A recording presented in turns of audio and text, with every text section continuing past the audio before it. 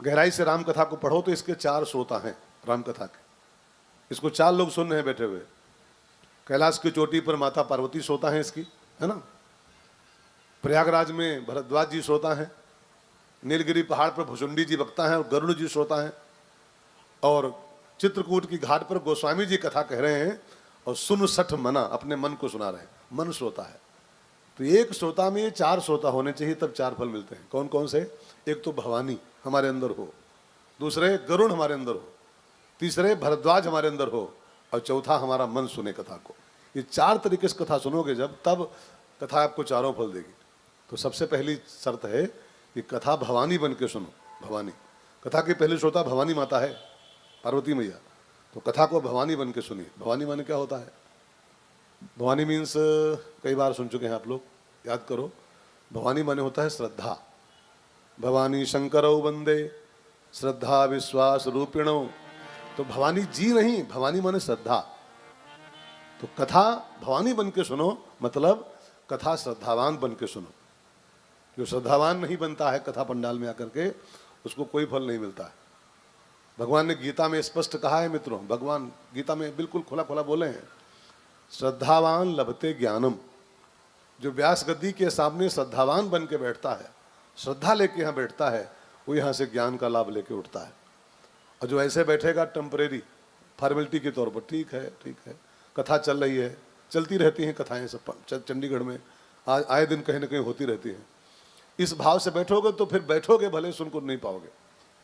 श्रद्धावान बन के बैठिए, पहली शर्त कथा सुनने की। भवानी बन के बैठिए। अब कथा सुनने की दूसरी शर्त क्या है? कथा भरद्वाज बन के सुनो।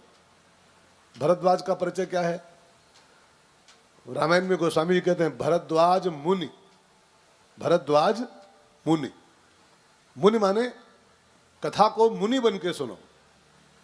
कथा में जब बैठो तो मुनि बन जाओ। मुनि माने क्या होता है? मुनि माने बाबा जी। बाबा जी नहीं, मुनि के 2 अर्थ होते हैं, ध्यान देके समझिएगा। एक तो मुनि माने होता है मौन रहने वाला। मुनि माने मौन, जो मौन रहता है सो मुनि। तो कथा में मौन बन के बैठो।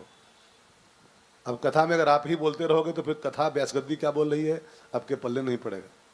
इसलिए कथा में जहां तक हो सके मौन बैठिए। मौन माने खाली जबान से नहीं, मन से भी मत बोलिए। कई लोग मुंह नहीं खोलते लेकिन मन ही मन बोलते रहते, मन ही मन। और कथा में जो खुद बोलेगा तो व्यास गद्दी क्या बोल रही है उसके पल्ले नहीं पड़ेगा। तो मुनि माने एक तो मौन रह के बैठिए, और दूसरे मुनि माने होता है मनन करने वाला। मननाथ स मुनि। कथा सुनते सुनते बीच बीच में इसका मनन भी करते रहो कि व्यास गद्दी जो कह रही है इसका मतलब ये होता है, इसका मतलब ये होता है। मनन करते रहोगे तो कथा आपको पक्की होती जाएगी। श्रवण के बाद जो मनन नहीं करता है उसकी कथा उड़ जाती है। मनन बहुत जरूरी होता है। जो व्यास गद्दी सुनो उसका एक बार मनन जरूर करो, मन ही मन में। तो मुनि माने मनन करने वाला। और तीसरे श्रोता हैं गरुण जी। गरुण का अर्थ है महाज्ञानी। गरुण का परिचय लिखा है, गरुण महाज्ञानी गुण राशि। गरुण महाज्ञानी गुण राशि। तो गरुण माने महाज्ञानी, और महाज्ञानी माने होता है सावधान, अलर्ट। तो कथा सुनने बैठो तो गरुण जी की तरह बिल्कुल सावधान होकर कथा सुनो। सावधान सुन।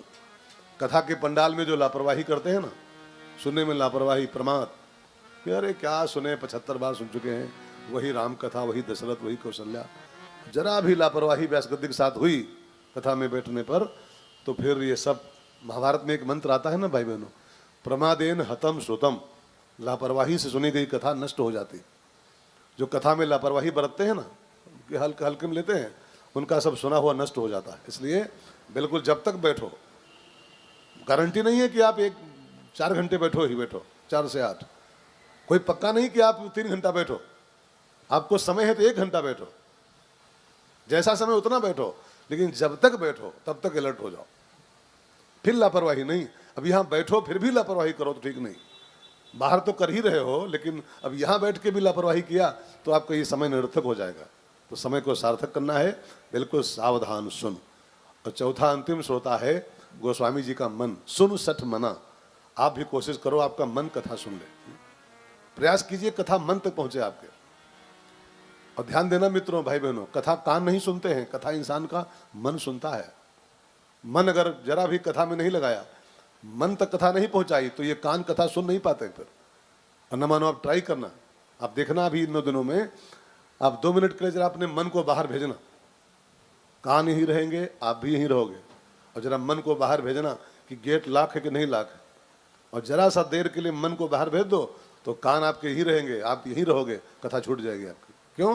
कथा कान नहीं सुनते हैं, कथा मन सुनता है। कोशिश करो मन तक कथा आपके पहुंचे।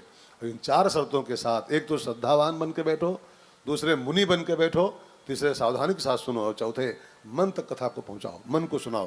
अगर 4 काम आपने कर लिए तो जो दायक फल 4, ये 4 फल कथा आपको देके तब विदा करेगी यहाँ से।